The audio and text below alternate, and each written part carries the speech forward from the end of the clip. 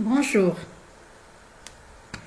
Après avoir étudié les différents types de roches endogènes et exogènes, nous allons voir dans cette séquence des exemples de clés simplifiées qui vont nous permettre de les donner.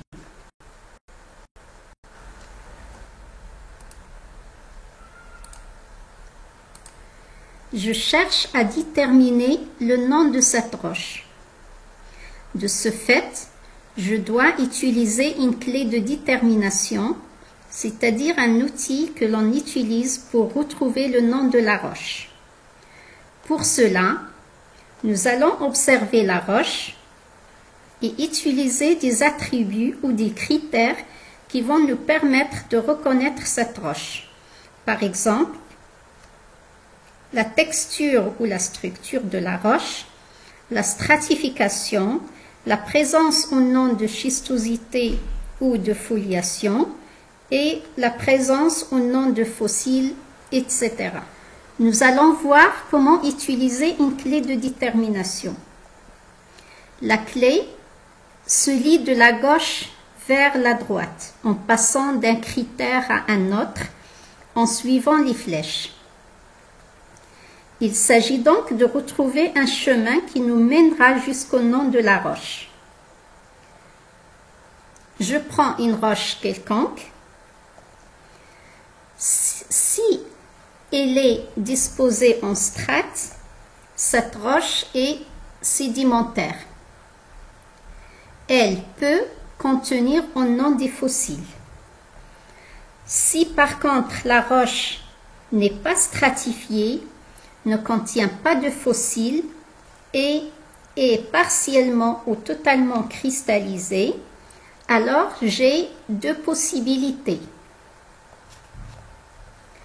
Soit la roche présente une structure orientée, il s'agit d'une roche métamorphique. Soit elle ne présente pas de structure orientée et dans ce cas-là, la roche est soit magmatique ou métamorphique.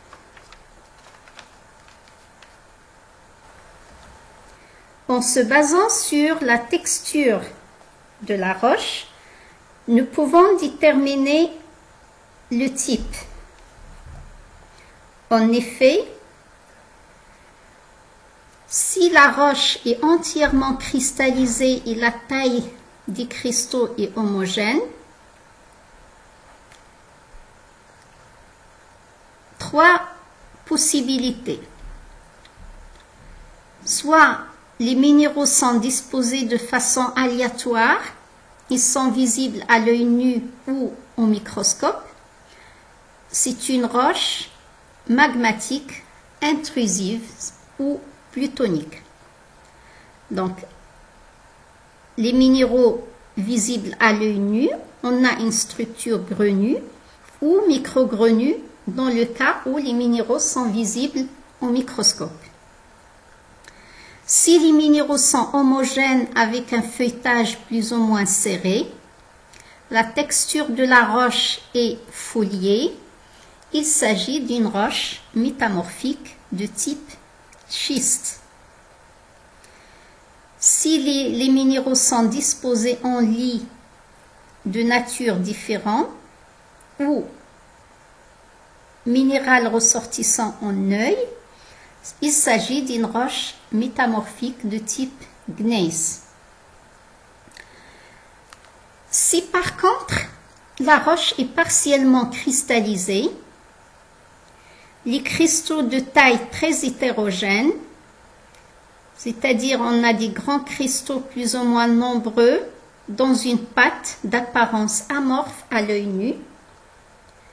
Et si les cristaux ne sont pas visibles même au microscope, donc présence de verre volcanique, on a une texture vitreuse et la roche est magmatique volcanique ou extrusive.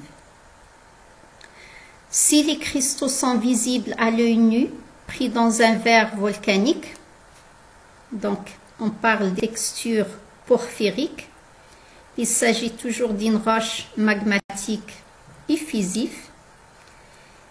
Et si on a une pâte amorphe constituée de nombreux petits cristaux qui sont allongés, qu'on appelle des microlithes, qui sont pris au nom d'un verre volcanique, on a une texture microlithique et la roche est toujours magmatique volcanique.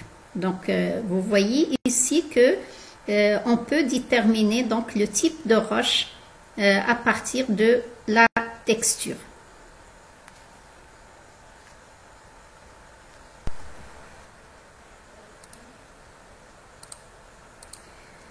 À partir d'un examen macroscopique de la roche, qui se base sur l'observation à l'œil nu, nous pouvons déterminer le nom des roches. Pour une roche sédimentaire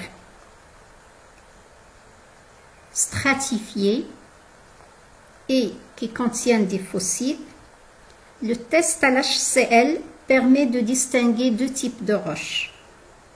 Si effervescence avec l'acide, la roche est carbonatée. Si pas d'effervescence à l'acide, c'est une roche non carbonatée. Revenons aux roches carbonatées. Si la roche est tendre et fait pâte avec l'eau, c'est du marne. Si la roche est dure et cohérente, c'est du calcaire. Si elle contient des petites sphères visibles à la loupe, c'est du calcaire oolitique. Dans les roches non carbonatées, où il n'y a pas de réaction avec l'HCl, si la roche est tendre et fait pâte avec l'eau, c'est de l'argile. S'il est tendre et soluble dans l'eau, c'est une évaporite. Si il contient des grains arrondis meubles, c'est du sable. Si les grains sont soudés, c'est du grès, donc c'est une roche cohérente. Si la roche contient des graviers et des galets soudés, c'est des conglomérats pudding. Et si les morceaux ou les éléments sont de forme anguleuse, c'est des conglomérats de type brèche.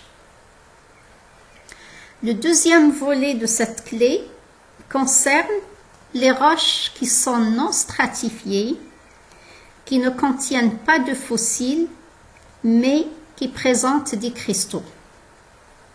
Ce sont les roches métamorphiques ou magmatiques.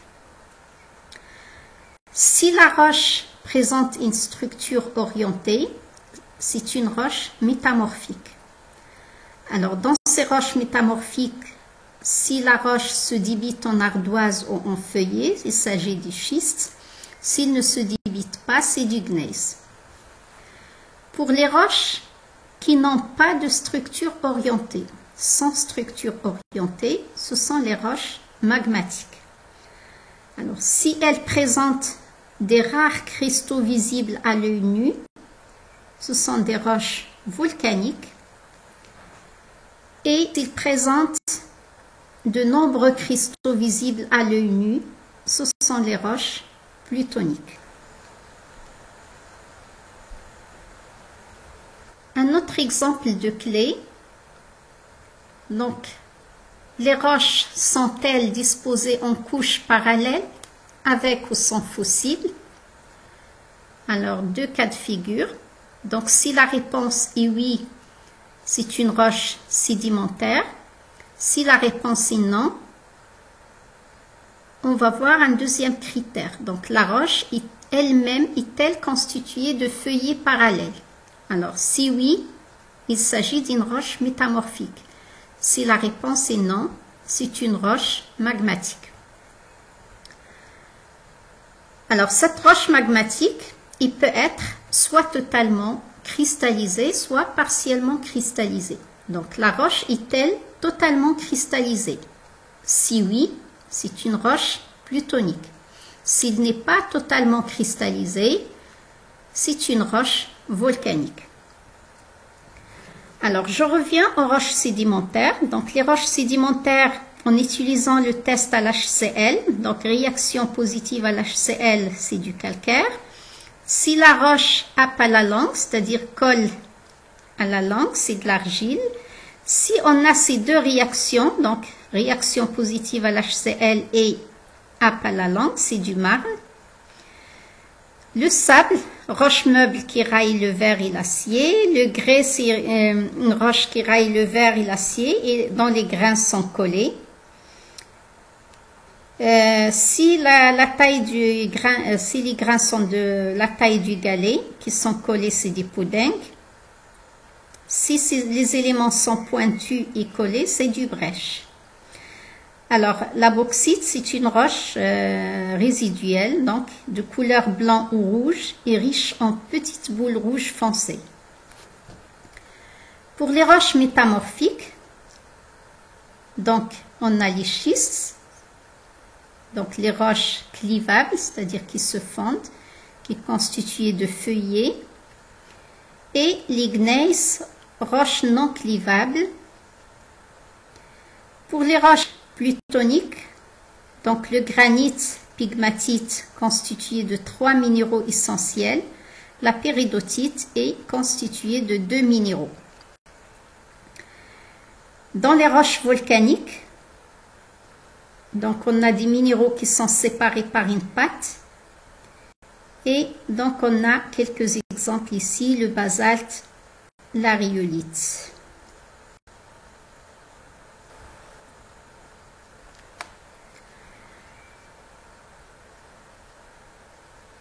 Dans cet exemple, donc la roche contenant le plus souvent des fossiles ou roches friables ou meubles, c'est une roche sédimentaire.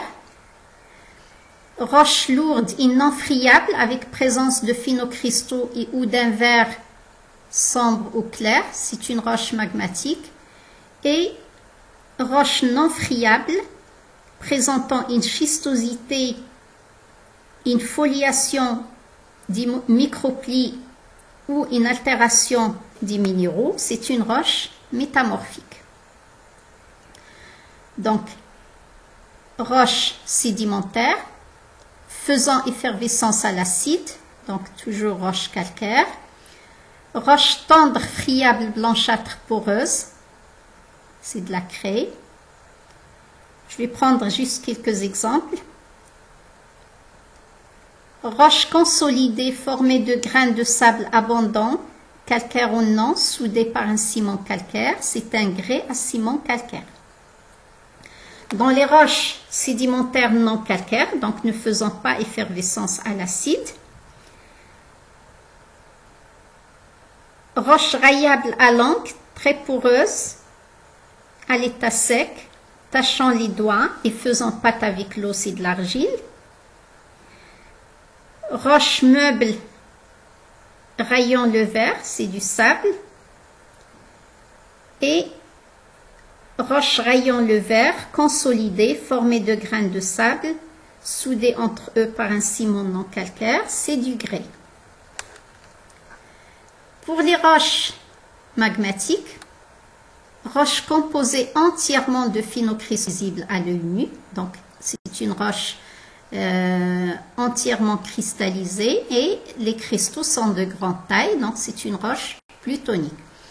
Roche composée d'un verre dans lequel on distingue quelques phénocristaux, la roche est volcanique et il y a des cas particuliers, donc l'obsidienne c'est une roche constituée uniquement de verre, très lisse et anguleux et donc avec des cassures conchoïdales.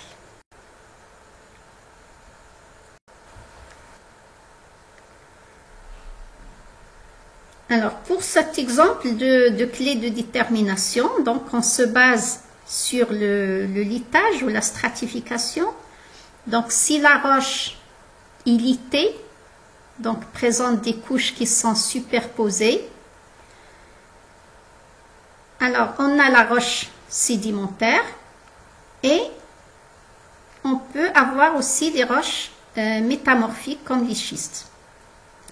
Donc, la roche contient parfois des fossiles. Les minéraux sont tous orientés dans le même plan d'héritage, roche sédimentaire, avec les 3 catégories de roches sédimentaires, donc roche d'origine détritique, roche d'origine biochimique et la roche d'origine chimique. Donc bien sûr, en utilisant d'autres critères, on arrive au nom de la roche. Alors, roche métamorphique ne contient pas de fossiles, les minéraux sont non orientés dans le plan d'héritage et présence de minéraux particuliers, comme exemple le schiste.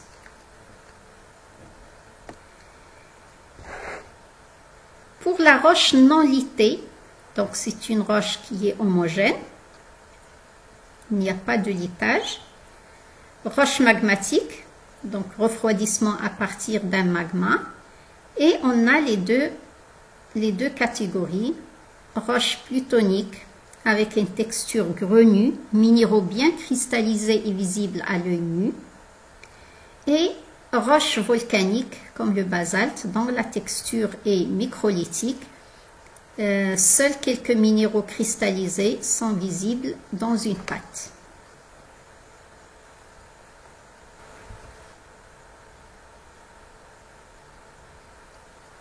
Alors toujours à partir d'un examen macroscopique, si les minéraux sont visibles à l'œil nu, donc présence de phénocristaux, on a deux possibilités. Donc, si les phénocristaux sont dans une pâte, pas ou peu de litage minéralogique, la roche est magmatique volcanique. Si pas de pâte, les minéraux sont jointifs, on a 4 possibilités. Aucun litage minéralogique en général, quartz non majoritaire s'il est présent, c'est une roche montélique ou magmatique plutonique. Quartz largement majoritaire et litage minéralogique éventuel, c'est une roche sédimentaire détritique. Et litage minéralogique et minéraux étirés, foliation, ou minéraux spécifiques comme l'indalocite ou le grenat, c'est une roche métamorphique. Et la dernière possibilité, les minéraux à saveur salée et ou roche tendre, c'est une roche sédimentaire et vaporitique. Alors, si pas de minéraux visibles à l'œil nu, donc à ce stade encore, deux possibilités. Soit la roche ne fait pas effervescence à l'acide dilué, et donc on a soit la roche sédimentaire détritique, soit la roche est métamorphique. Si par contre la roche fait effervescence à l'acide dilué et les fossiles sont fréquents, c'est une roche sédimentaire carbonatée.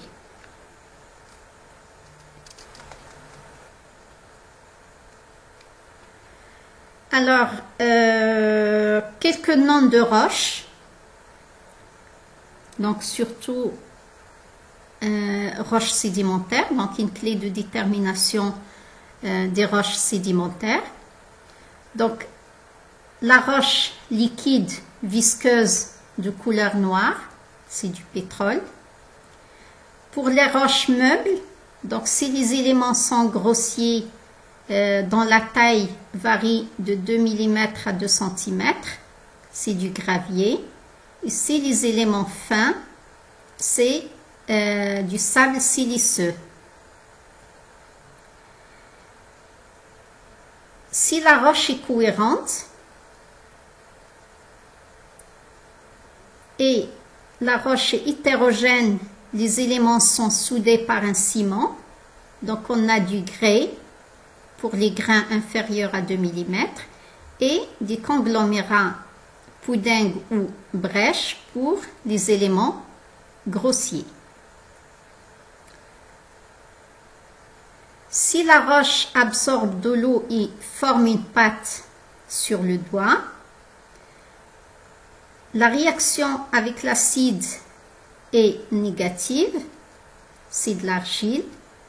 Si par contre la réaction est positive, c'est du marne ou de la craie. S'il n'y a pas de cristaux visibles dans cette roche cohérente et la réaction ou l'effervescence avec HCl est rapide, c'est du calcaire. Ici, l'effervescence avec l'HCl est tardive, c'est de la dolomie. Donc, le calcaire réagit à chaud et la dolomie réagit à froid avec l'HCl. Si par contre, pas d'effervescence, c'est du silex, c'est le rail le verre, ou de la tourbe, ou du charbon.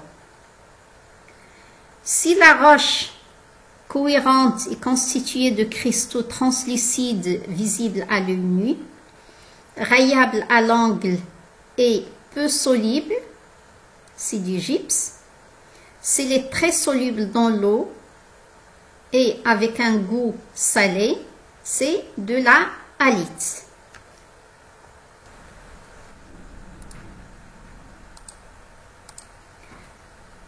Toujours dans les roches sédimentaires, en se basant sur le critère d'effervescence à l'HCl, nous distinguons deux catégories de roches. Les roches sédimentaires non carbonatées ne faisant pas effervescence à l'HCl et les roches sédimentaires carbonatées faisant effervescence à l'HCl.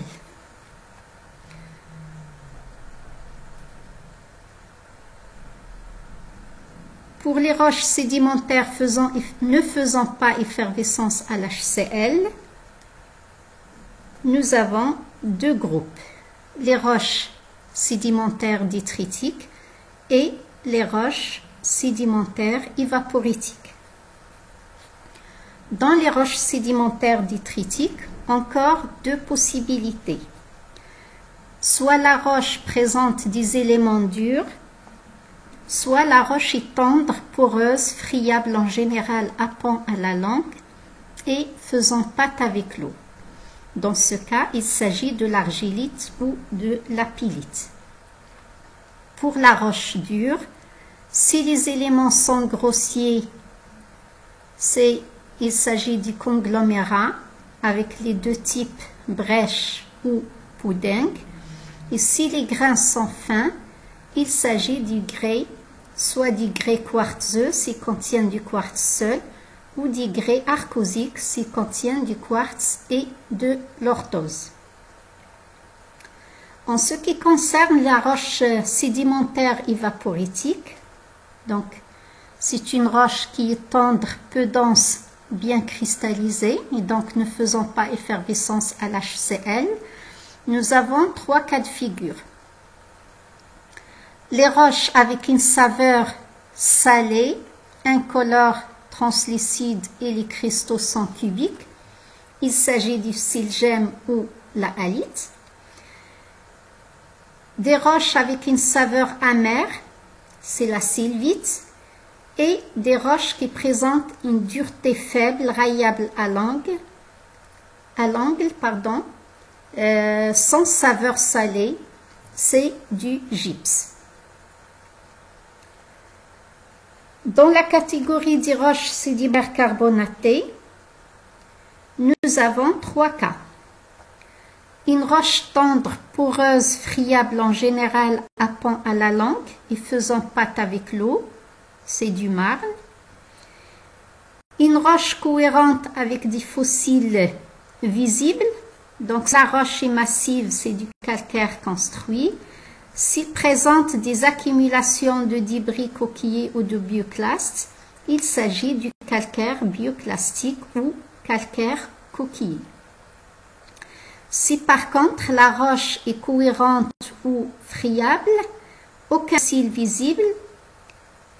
Si les éléments sont de taille millimétrique, c'est du calcaire oolitique. Si les grains sont fins avec des cassures lisses, c'est du calcaire lithographique ou de la craie.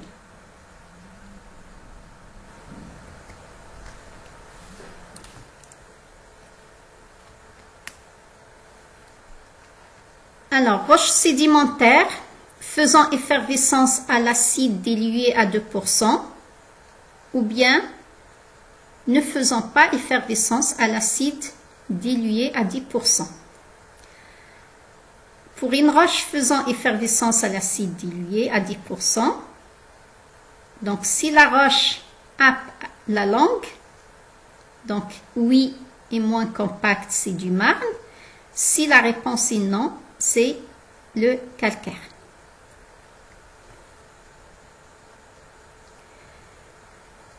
Si pas d'effervescence à l'acide dilué à 2%, donc roche, combustible, liquide, pétrole, solide, charbon. Non combustible, alors à ce stade, nous avons encore deux possibilités. Donc si sans odeur et la roche est soluble dans l'eau, c'est une évaporite. Et sans odeur et insoluble dans l'eau, c'est de l'argile s'il se raille à l'angle, et s'il raille le verre, c'est soit du sable ou du grès. Avec une odeur fétide, c'est du phosphate. Toujours dans les roches non combustibles, ressemblant au calcaire et parfois avec une odeur de matière organique, c'est la dolomie.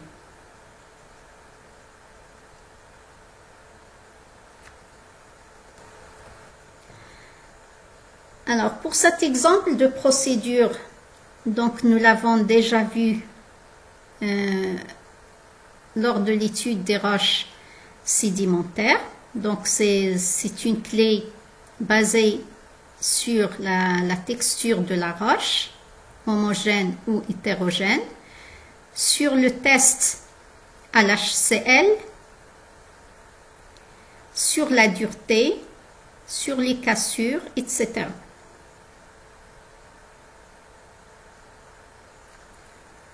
Alors, je passe un dernier exemple de procédure de reconnaissance des roches sédimentaires.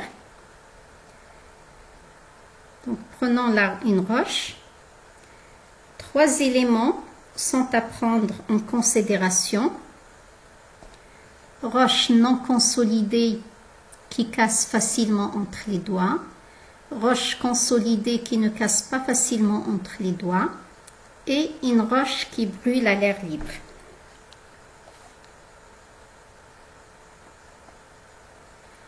Pour une roche non consolidée, 2 possibilités. Si la roche est cohérente, les éléments constitutifs se tiennent entre eux et la roche ne fait pas effervescence à l'acide, fait pâte avec l'eau et est imperméable à l'eau, il s'agit de l'argile. Si la roche est meuble, les éléments constitutifs ne se tiennent pas entre eux. Les éléments raillent souvent le verre et la taille des grains est inférieure à 2 mm.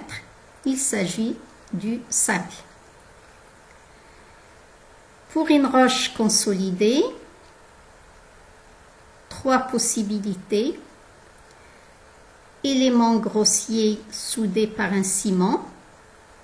On avance d'un cran. Donc, si les éléments sont arrondis, c'est du pudding. Si les éléments anguleux, c'est de la brèche.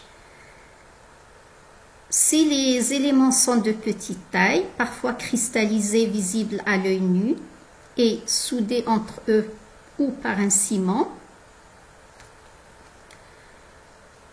s'il n'y a pas effervescence à l'acide et la roche est raillée par l'angle, il s'agit du gypse s'il est peu soluble dans l'eau ou du selgem si la roche est soluble dans l'eau. Si par contre la roche ne fait pas effervescence à l'acide mais raille le verre, c'est du grès. Si au contraire la roche fait effervescence à l'acide, il s'agit donc du calcaire. Si les éléments sont non visibles à l'œil nu et la roche gonfle à l'eau, fait faiblement effervescence à l'acide, c'est du marne. Si la roche ne gonfle pas à l'eau et fait effervescence à l'acide, il s'agit du calcaire. Et si la roche ne fait pas effervescence à l'acide et raille le verre, c'est du silex. Pour la roche qui brûle à l'air libre, si la roche est solide, c'est du charbon. Si la roche est liquide, c'est du pétrole. Cette séquence sur les clés de détermination des roches prend fin. J'espère qu'il vous facilitera la tâche pour déterminer les différents types de roches et que vous puissiez les utiliser pour reconnaître macroscopiquement les roches courantes que vous pourriez rencontrer le plus souvent.